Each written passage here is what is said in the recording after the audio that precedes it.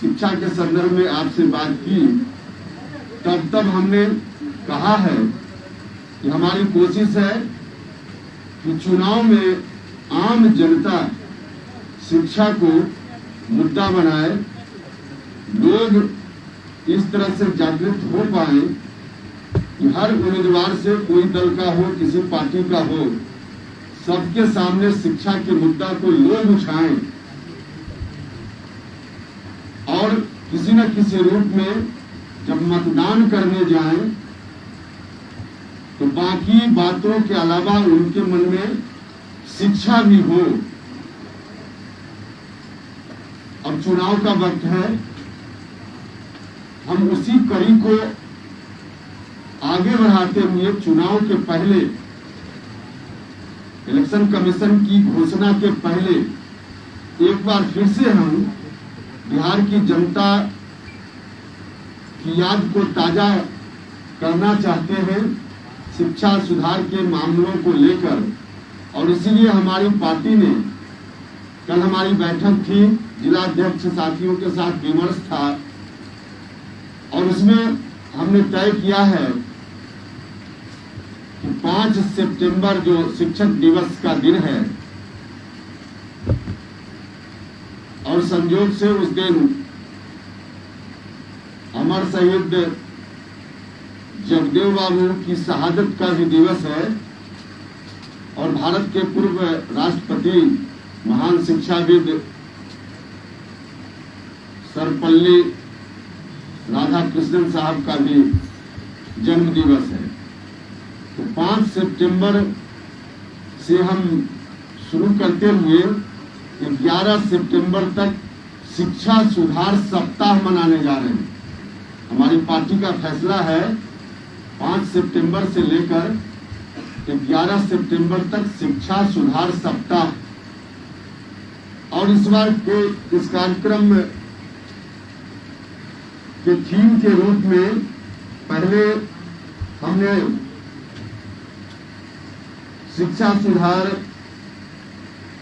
महारैली गांधी मैदान में करके इसकी शुरुआत की थी और उसके बाद शिक्षा सुधार मानव कतार, शिक्षा सुधार पुस्तक उपहार, शिक्षा सुधार शिक्षक सत्कार, शिक्षा सुधार जन जन का अधिकार इत्यादि कार्यक्रम हमने चलाए हैं।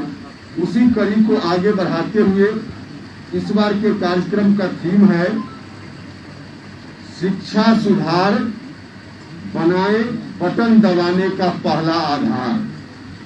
शिक्षा सुधार, आम जनता से मेरी अपील है कि शिक्षा सुधार बनाए बटन दबाने का पहला आधार। जब वोट डालने जाएं तो अपने बाल बच्चों के चेहरा को सामने लाएं और तब बटन दबाने से पहले कई बात आपके ध्यान में आएंगी, उनके आधार पे आप वोट डालते हैं, लेकिन उन आधारों में से पहला आधार आपके मन में हो शिक्षा सुधार का।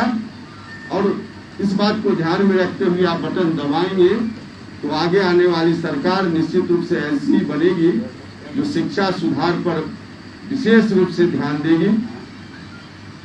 शिक्षा सुधार को लेकर हम लोगों ने सिर्फ चर्चा नहीं की, भाषण नहीं किया है, बल्कि मुकम्मल 25 सूत्री एक सुझाव हमने दिया बिहार सरकार को 3 साल 4 साल पहले। आज तक उन सुझावों पर कोई कार्रवाई नहीं हुई है।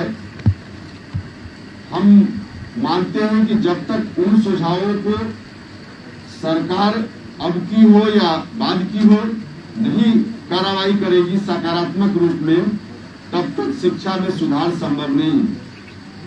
तो हम इस कार्यक्रम के माध्यम से अपने उन सुझावों को और जनता से जो हमने आग्रह किया कि बटन दबाने का पहला आधार बनाइए शिक्षा सुधार, इन संदेशों को हम सप्ताह भर में आम जनता तक अपने कार्यकर्ता साथियों के माध्यम से, विभिन्न कार्यक्रमों के माध्यम से पहुंचाना चाहते हैं। तो पहला दिन जो 5 सितंबर जो सप्ताह मना रहे हैं, उसका पहला दिन बिहार के तमाम जिला मुख्यालयों में साथ ही जगदेव बाबू की तस्वीर पर माला अर्पित करेंगे, पूर्व राष्ट्रपति जी की तस्वीर पर माला अर्पित करेंगे और वहां किसी अवकाश प्राप्त शिक्षक, क्योंकि शिक्षक दिवस है तो उनका सम्मान करते हुए जो संकल्प हमारा है गांधी मैदान का शिक्षा सुधार के संकल्प के रूप में, उस संकल्प को उसी अवकाश प्राप्त शिक्षक के माध्यम से हमारे साथी फिर से एक बार दोहराएंगे, संकल्प लेंगे और फिर वहां से हाथ में शिक्षा का मशाल लेकर शहर के अलग अलग हिस्सों में घूमेंगे, जन जन तक अपना संदेश पहुंचाने का काम करेंगे। सप्ताह के पहले और 5 तारीख के बीच में जो 5 दिन का समय है, उसमें तमाम बिहार के प्रखंडों में हमारे साथी जाकर इसी तरह का कार्यक्रम करेंगे अलग अलग निर्धारित तारीख पर और लोगों तक अपनी बात पहुंचाने का काम करेंगे। जो बूथ कमेटी हमारी पार्टी की है, उनको ड्यूटी दी जा रही है कि आप अपने मतदान केंद्र में रहने वाले जितने लोग हैं, हर घर तक मैसेज को, इस संदेश को, शिक्षा के संदेश को पहुंचाइए। तो एक सप्ताह में जन जन तक, घर घर तक इसको पहुंचाने का काम अपने साथियों के माध्यम से हम करेंगे। और समापन इस कार्यक्रम का पटना में होगा 11 तारीख को, 11 सितंबर को। बिहार भर से साथी यहाँ आएंगे और यहाँ आकर फिर से उसी तरह से मशाल शिक्षा का लेकर के शहर में भ्रमण करते हुए लोगों के बीच इस कार्यक्रम के माध्यम से अपने संदेश को पहुंचाने का काम करेंगे और उसी दिन इस कार्यक्रम का सप्ताह का समापन होगा।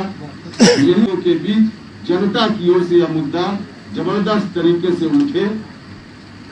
मेरा आग्रह तमाम राजनीतिक दल के लोगों से है, खास करके जो परिवर्तन चाहने वाले लोग। अब जेडीयू और भारतीय जनता पार्टी से आग्रह करने से तो कोई फायदा है नहीं, क्योंकि इनको मिला 15 साल। 15 साल में इन्होंने शिक्षा को, स्वास्थ्य को, रोजगार को, सबको रसातल में पहुंचा दिया। इनसे क्या अपेक्षा की जाए? अब जनता की भी अपेक्षा नहीं है इनसे, लेकिन बाकी जो दूसरे लोग परिवर्तन चाहने वाले लोग हैं, हम लोग महागठबंधन के लोग हैं, तमाम लोगों से, पार्टी से मेरा आग्रह है कि सब लोग अपने इलेक्शन के एजेंडा में, घोषणा पत्र में इस विषय को शामिल करें और सरकार बनेगी तो ईमानदारी से हम लोग काम करेंगे। और हमारा संकल्प आज भी है, आगे भी रहेगा कि शिक्षा में सुधार करेंगे, करके रहेंगे।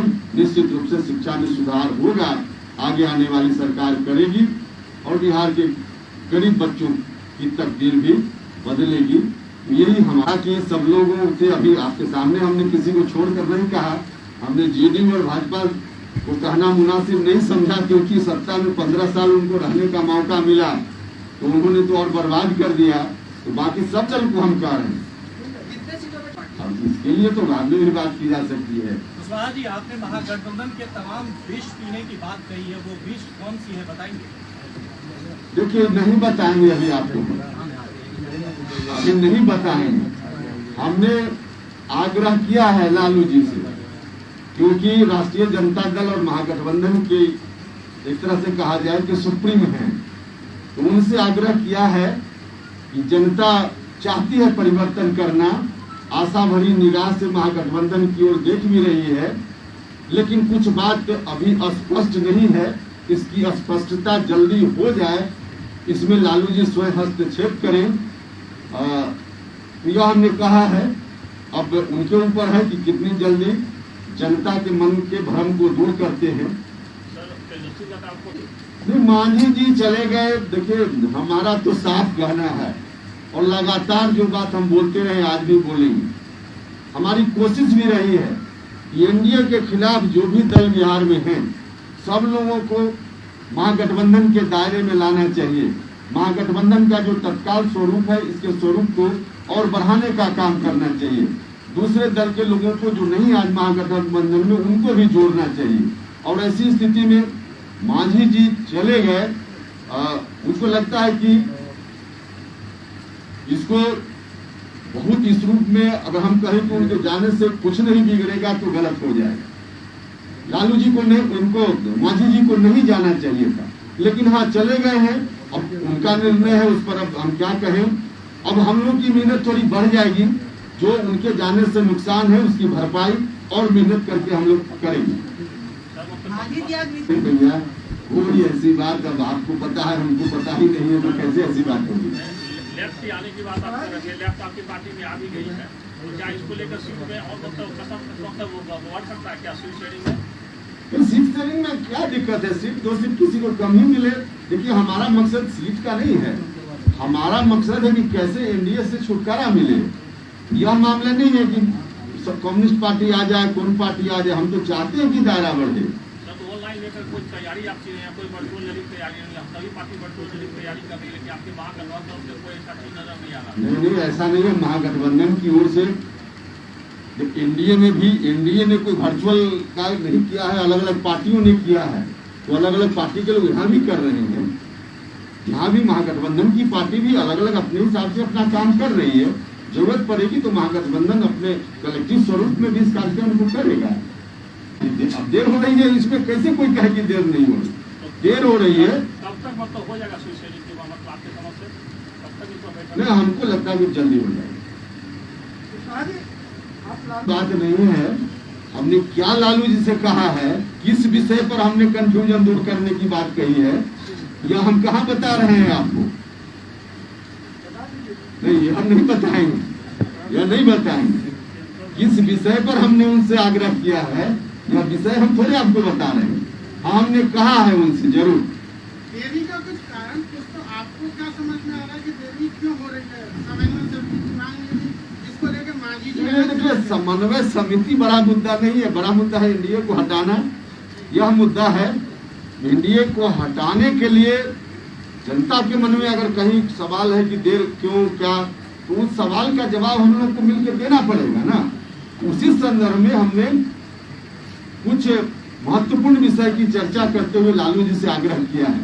तेजस्वी जी को सीएम बनाने का महागठबंधन में तय हो गया है कि तेजस्वी सीएम होंगे। आपको क्या सूचना है महागठबंधन की ओर से? इस संदर्भ में महागठबंधन की ओर से आपको क्या सूचना है? नहीं लगता है कि यही लेकर अभी पूरा बवाल है। सीट शेयरिंग बात अलग है, सीएम कैंडिडेट के बाद में मामला अटका हुआ है। नहीं, अब किस कारण से अटका हुआ है ये आप समझ सकते हैं। हम तो अभी, क्योंकि ये अंदर की बात है, तो बाहर इस बात को शेयर नहीं कर पाएंगे। नहीं, इसमें सच्चाई नहीं है। कैसे से बात हो रही है? बिल्कुल, इसका दरवाजा खुला हुआ है। क्यों दरवाजा कहाँ बंद आपको? अरे तो हम लौटते ही आए, दरवाजा खुला हुआ है, खुला हुआ है। आपकी मुलाकात लंबे अरसे से तेजस्वी यादव से नहीं हो पाई। भैया कोरोना में आपसे भी मुलाकात 4 महीना के बाद हो रही है, तो क्या कीजिएगा? आपसे भी 4 महीने के बाद मुलाकात हो रही है, जबकि हम लोग महीना में 4 बार मिलते थे। और जब 4 महीना के बाद अब मुलाकात हो रही है, तो अब ये अलग संकट है। सबसे पहले आप सभी लोगों का स्वागत है। कोरोना के संकट के कारण लंबे काल के बाद आप सब लोगों से इस तरह से मुलाकात हो पा रही है। सब लोग परेशान हैं कोरोना से। हम कामना करते हैं कि जल्दी कोरोना का अंत हो और सब लोग पहले की तरह सहज तरीके से रह पाएं। फिलहाल जब तक है कोरोना, तब तक उससे बचने के जो नियम कायदे हैं, सब लोगों को कोशिश करनी चाहिए उनको पालन करने की। देखिए, इसी कोरोना में हमारी, आपकी, सबकी सभी गतिविधियां शुरू हो गई हैं और इसी गतिविधि के अंतर्गत राजनीतिक गतिविधि भी है और उस गतिविधि में चुनाव एक बड़ा महत्वपूर्ण विषय होता है। बिहार का इलेक्शन भी है।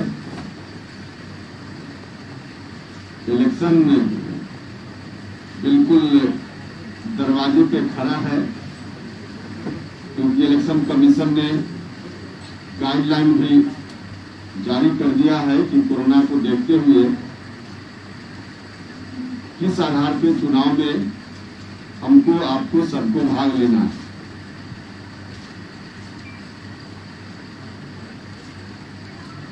आपको सभी लोगों को ध्यान में होगा कि निरंतर हमारी पार्टी की कोशिश रही है कि शिक्षा में सुधार एक बड़ा मुद्दा बने, क्योंकि हमारी मान्यता रही है हमेशा से कि जब तक शिक्षा में खास करके जो गरीब घर के बच्चे हैं उनका समावेश नहीं होगा, तब तक उनकी तकदीर नहीं बदलने वाली। शिक्षा ही एक जरिया है जिसके माध्यम से गरीब घर के बच्चों की भी तकदीर को बदला जा सकता है, और इसी मान्यता के कारण निरंतर शिक्षा